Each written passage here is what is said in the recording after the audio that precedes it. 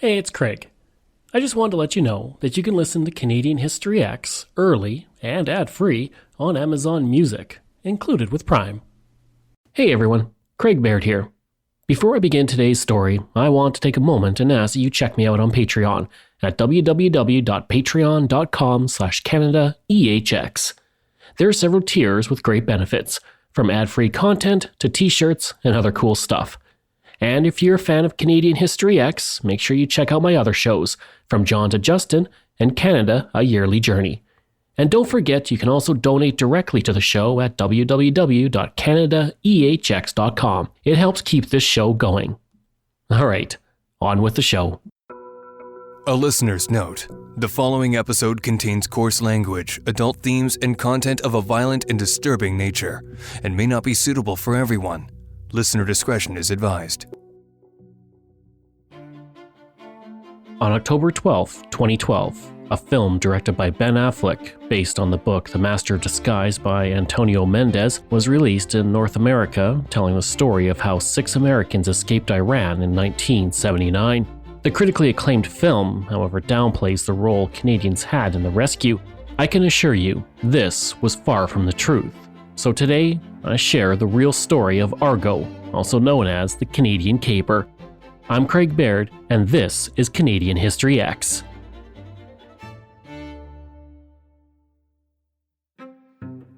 To tell this story, for the next few minutes, we will have to be Iranian History X.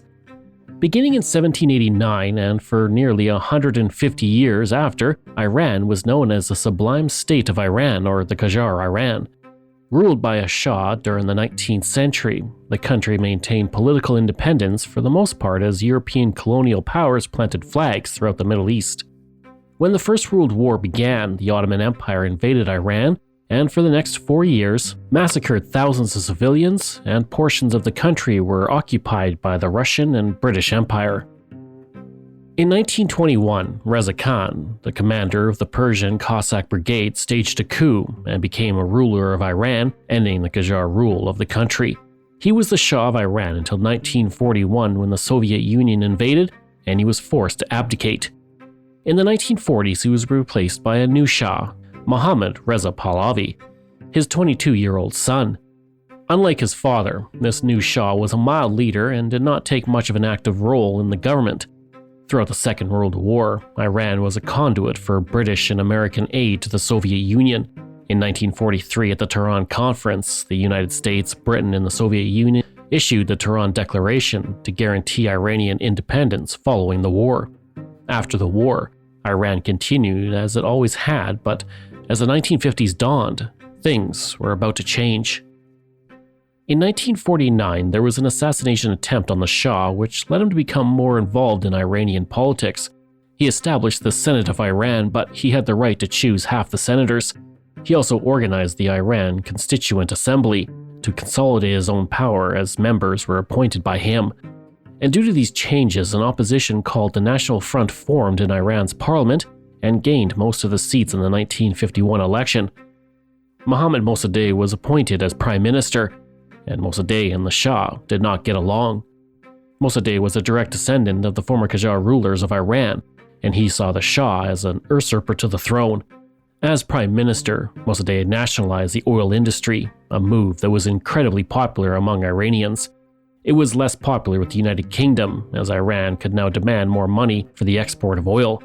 Britain responded by banning commodities such as sugar and steel from being imported into Iran. The Royal Navy was then used to embargo Iranian oil tankers from carrying oil property outside of Iran, which they considered stolen. Iran's hard currency was also frozen in British banks. The embargo hurt Mossadegh's popularity, and a second assassination attempt in 1952 led him to use emergency powers to stay in government. Eventually, as his support in Parliament collapsed, a referendum was held to dissolve Parliament and give him total control. You know, standard dictator stuff. The referendum went to voters and passed with 99.9% approval, with 2 million votes in favor and only 1,300 votes against. And it was seen not only as dripping with corruption, but also an act of treason. Mossadegh had stripped the Shah of control over Iran's national resources and all military power. And as the Prime Minister consolidated power and the Shah lost most of his, the CIA entered the chat.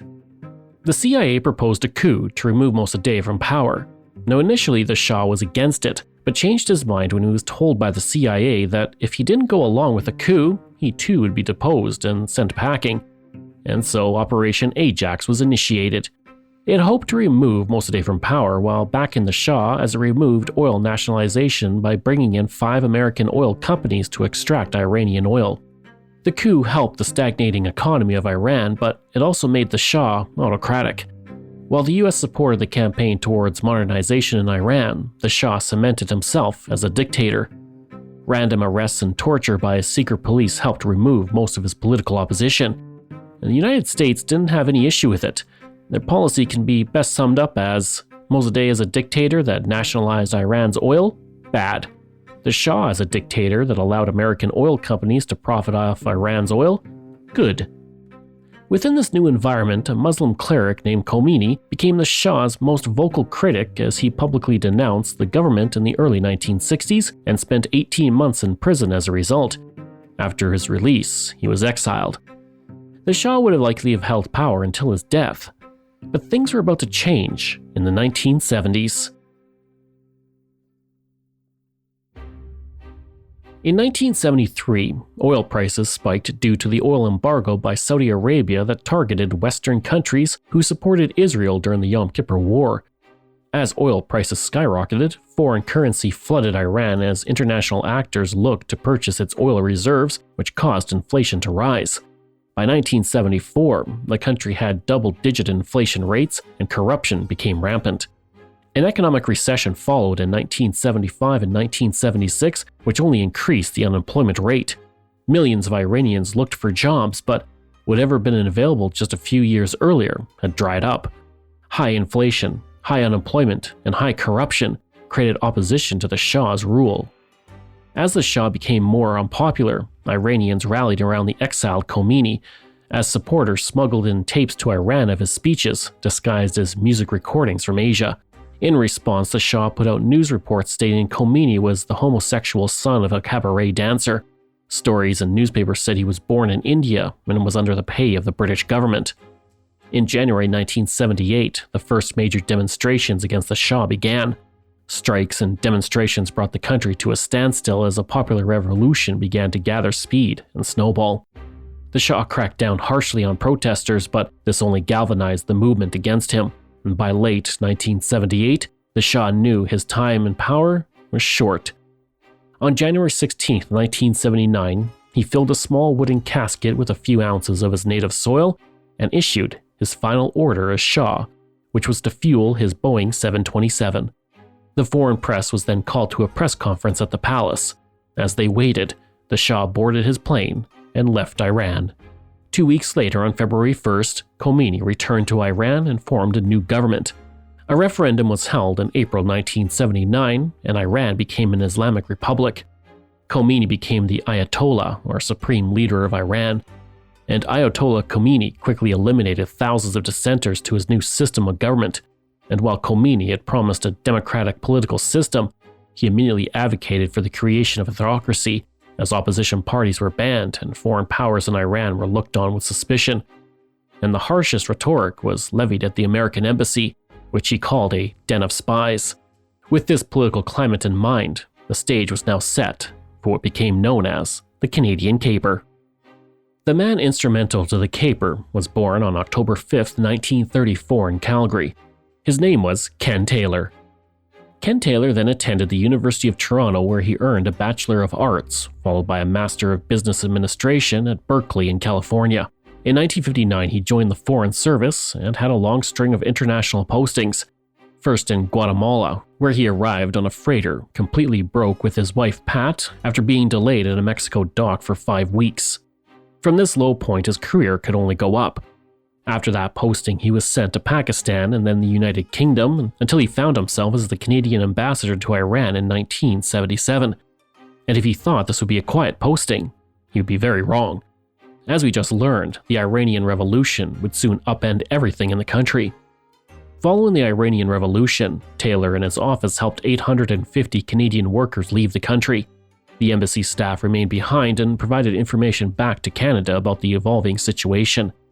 On November 4, 1979, hundreds of students protested outside the American embassy in Tehran over the decision by the United States to allow the former Shah to go to New York City for cancer treatment.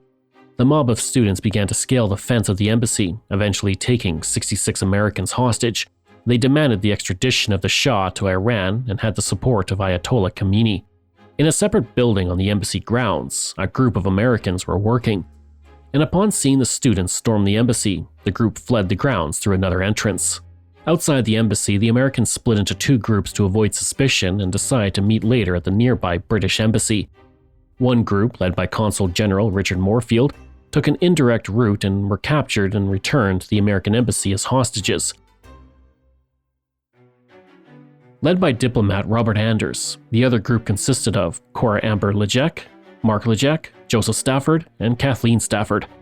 This group was on their way to the British embassy when they saw a huge crowd in their path, and since Robert Anders lived nearby, he took the group to his home. Then there was Lee Schatz, who was an American diplomat who simply walked out of the embassy, through the crowd, and into the Swedish embassy, after making a stop at his apartment to grab a few things. The 6 Americans evaded capture for the next few days as they hopped from house to house until they realized the unsafe conditions were untenable. That's when Anders contacted his friend, John Sheardown, who was a Canadian immigration officer, on November 8th. Sheardown stated he would be happy to help keep the Americans safe, but he needed authorization to do so, and he asked Anders to call him back in 2 days. Sheardown shared the information with the Canadian ambassador, Kenneth Taylor, who contacted Flora MacDonald, the Federal Secretary of External Affairs in Canada, and set the wheels in motion for what was to come. She gave her authorization to help the Americans, but she also needed the approval of Prime Minister Joe Clark. At the time of the phone call, Clark was involved in question period in the House of Commons. He said later, "My foreign minister, Flora MacDonald, literally came up to me on the floor of the House of Commons, told me what was happening, and the two of us decided on the spot that we would accept the ambassador's recommendation and extend protection to the hostages." On November 10th, Anders called Sheardown, who offered the Americans sanctuary.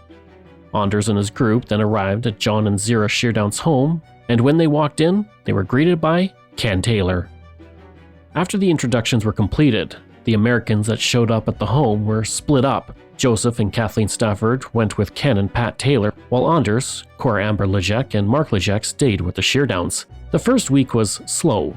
Reports about what was happening with the American hostages only came from newspapers that were under the firm control of the government. On November 21st, Swedish Ambassador Kaj Sundberg called Taylor and told him that Lee Schatz was under their protection. He'd been staying in the home of Swedish consul Cecilia Lithander. The Swedes were happy to shelter him, but he didn't speak their language, and that could blow his cover as a member of their group, and they felt he would impersonate a Canadian better. Taylor told Sundberg that they would be happy to house another American, as they were already housing 5. Sundberg was reportedly shocked to learn that there were other Americans who had escaped the embassy. Schatz soon found himself transported to the Sheardown residence. Meanwhile, American diplomats and citizens were being held hostage by the Iranian regime. For the 6 that escaped, though, they settled into a day-to-day routine of sitting and waiting. Their hope was they would be out of Iran by Christmas, but that was not going to happen. Back in Canada and the House of Commons, the Liberals and Pierre Trudeau were hammering Clark regarding the hostage situation in Iran and the Americans who were captured. They were unaware of the sheltered Americans. The heated debate had resulted in some near slip-ups. At one point during a debate, both Flora MacDonald and Joe Clark nearly let everyone in on their major secret. Flora MacDonald would call that time as living under the gallows. To prevent the secret from getting out, Clark told Trudeau about the Americans in hiding on October 27th in the hope of calming the debate in Parliament and lowering the risk of the story accidentally coming out during question period. He told Trudeau, "We have given sanctuary to 6 Americans in Tehran. They are members of the diplomatic staff and they would otherwise be hostages, but they managed to get away and make contact with us." Clark stressed to Trudeau that he did not want him to cease questioning.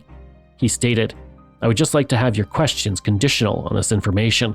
Clark said later that Trudeau thanked him, and that was his only reaction to the information. Trudeau continued his questioning over the hostage crisis in America and Canada's response to it, but changed his course somewhat.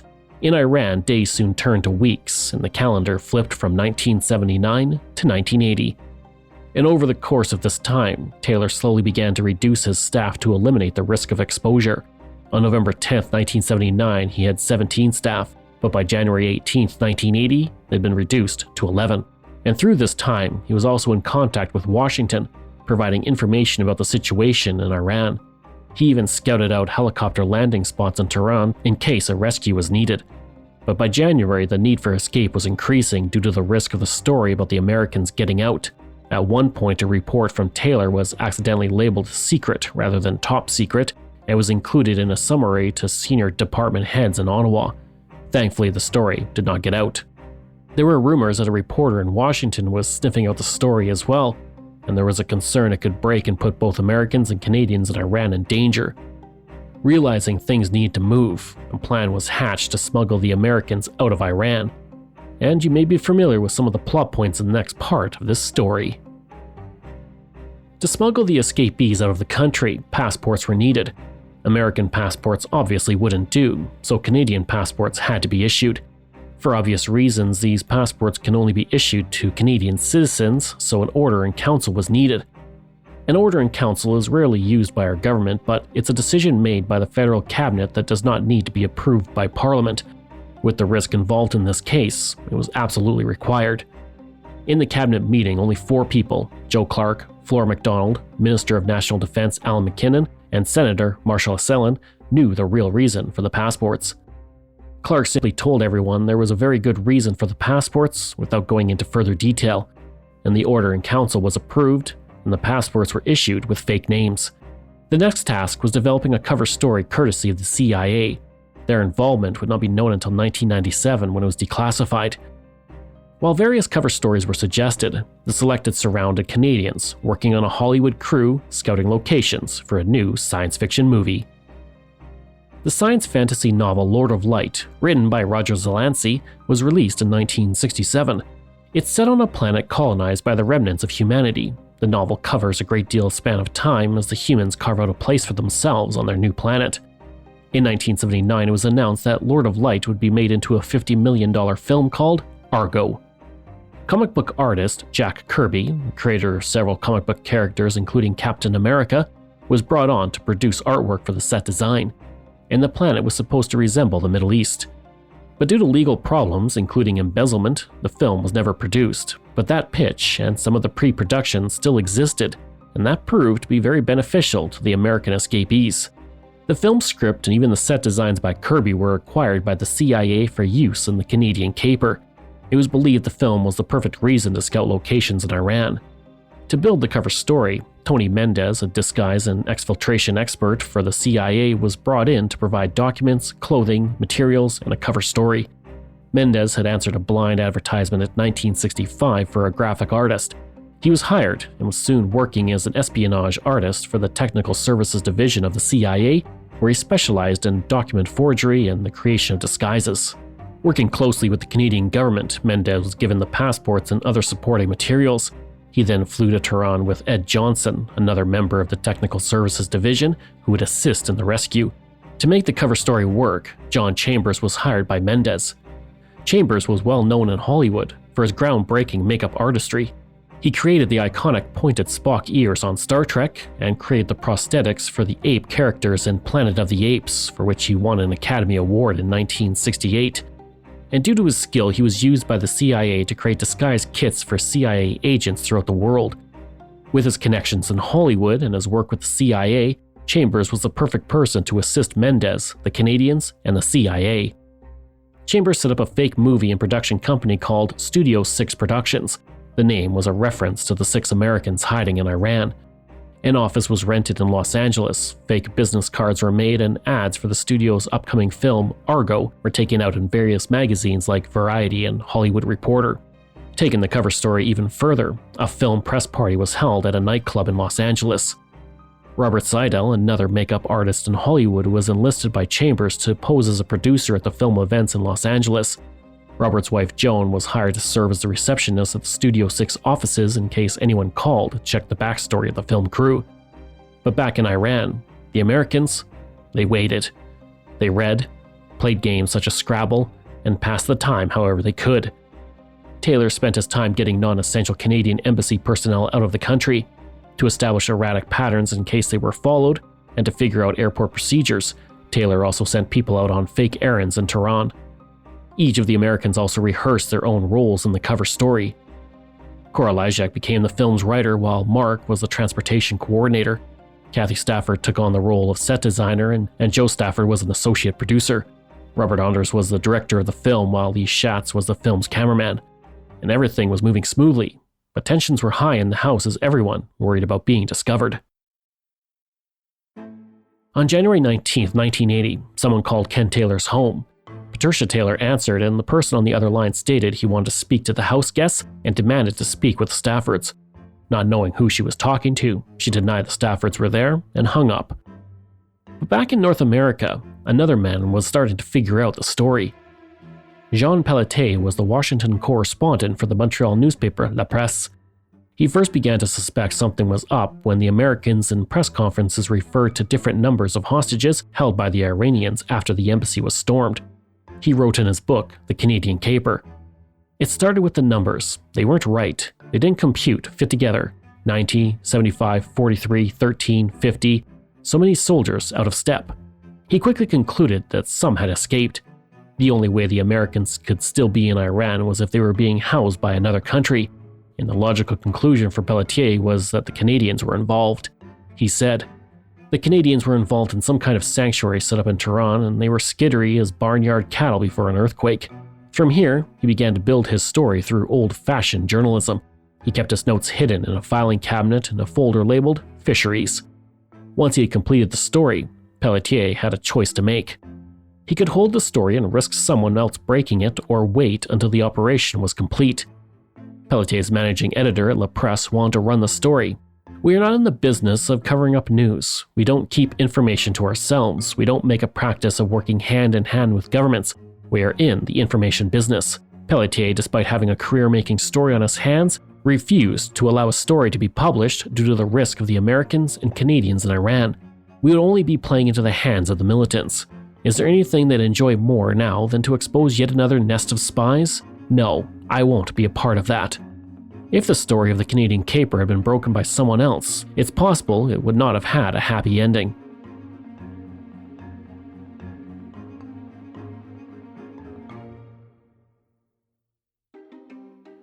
With all this in mind, the Canadian Caper was on. Early in the morning on January 27, 1980, Mendez, Johnson, and the 6 Americans left their homes of their Canadian hosts. They made their way to Tehran's International Airport with their forged entry documents and real Canadian passports.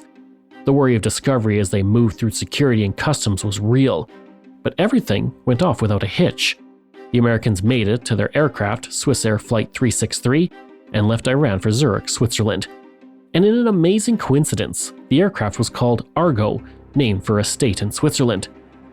Upon arrival in Switzerland, the Americans were taken by the CIA to a mountain lodge safe house for the night. The same day the Americans left Iran, the Canadians closed their embassy. Taylor sent one last message to Canada from the embassy which stated, quote, "This is the last message from Fortress Iran. See you later, exfiltrator." He then smashed the embassy's coding and communication equipment.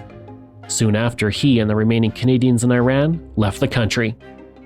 Initially, the plan was for the Americans to be kept hidden in a secret location in Florida, but the day after the escape, Pelletier broke his story in La Presse. The story was immediately picked up by the international press and spread around the world. With their plans changed, the Americans were taken to West Germany and then flown to Delaware on January 30th, 1980. Kathleen Stafford said, "It felt so great to be out and safe from harm." Back in North America, the escape of the 6 Americans came as a complete surprise. Beyond a handful of people, no one else knew Canada's help in keeping the Americans safe in Iran, and the outpouring of gratitude was immense. In Detroit, billboards were put up facing the northern border with "Thank you Canada" written on them. The Canadian embassy in Washington was overwhelmed with people calling to say thank you. The biggest outpouring of gratitude, though, was directed at Ken Taylor. On his way home to Canada, he was offered the key to New York City. He was called the hero of the entire rescue. Newspapers began to call him the Scarlet Pimpernel, referencing the literal character of Sir Percy Blakeney, created in 1905. In those books, Blakeney leads a double life as a wealthy playboy who is also a formidable swordsman and master of disguise. He became a basis for superhero stories such as Batman, Superman, and Zorro. Back in Canada, the Canadians who helped orchestrate the rescue were honored almost immediately. Ken and Patricia Taylor, John and Zira Sheardown, and embassy staff Mary Catherine O'Flaherty, Roger Lucy, and Laverna Dullamore were all awarded the Order of Canada for their work. Zira Sheardown was born outside of Canada and therefore not eligible for the award, but Flora MacDonald made an exception and she was presented with an honorary membership to the order. Taylor was also awarded the Congressional Medal of Honor in 1981 by President Ronald Reagan. This award is the highest civilian award in the United States. He also received the Golden Plate Award from the American Academy of Achievement. Appointed as the Consul General to New York City after his return from Iran, Taylor left the Foreign Service in 1984. He remained in New York City until his death on October 15, 2015 from colon cancer. But he lived long enough to see his heroics heavily downplayed by Ben Affleck in the film Argo.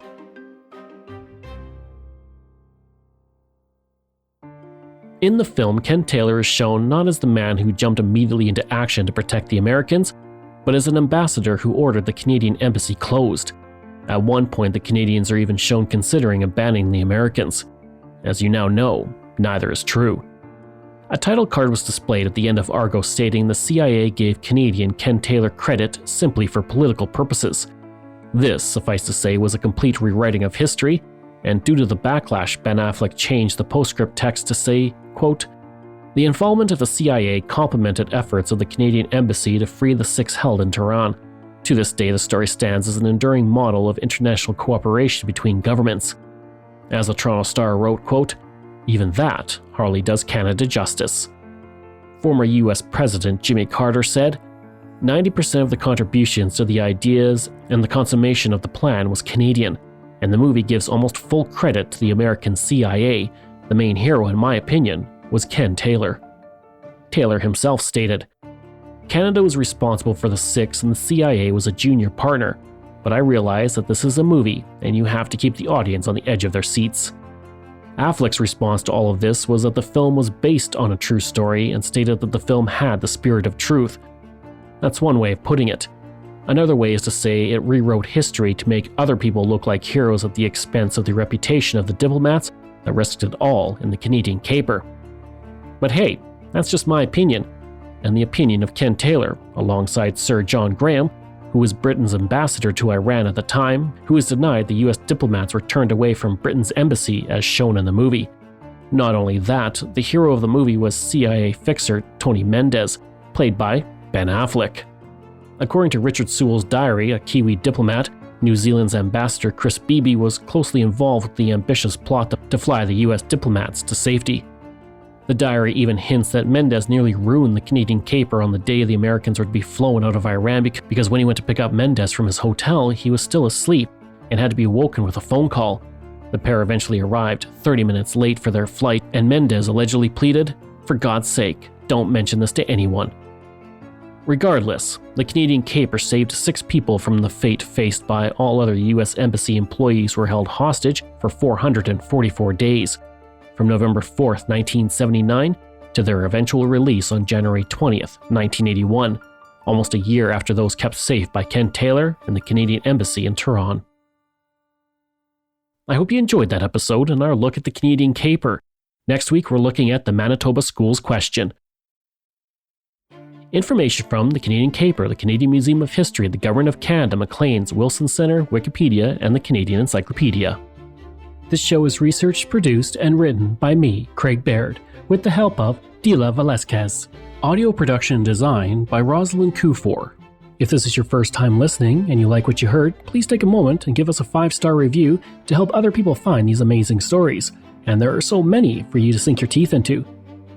If you enjoy this podcast, then please check out my other podcasts, From John to Justin, Canada, A Yearly Journey, Pucks and Cups, and Canada's Great War. We love hearing from you, so if you have a show topic you want me to cover, email me at craig@canadaehx.com, or stop by my website and social media. I'll include all of those in my show notes. Until next time, I'm Craig Baird, and this is Canadian History X.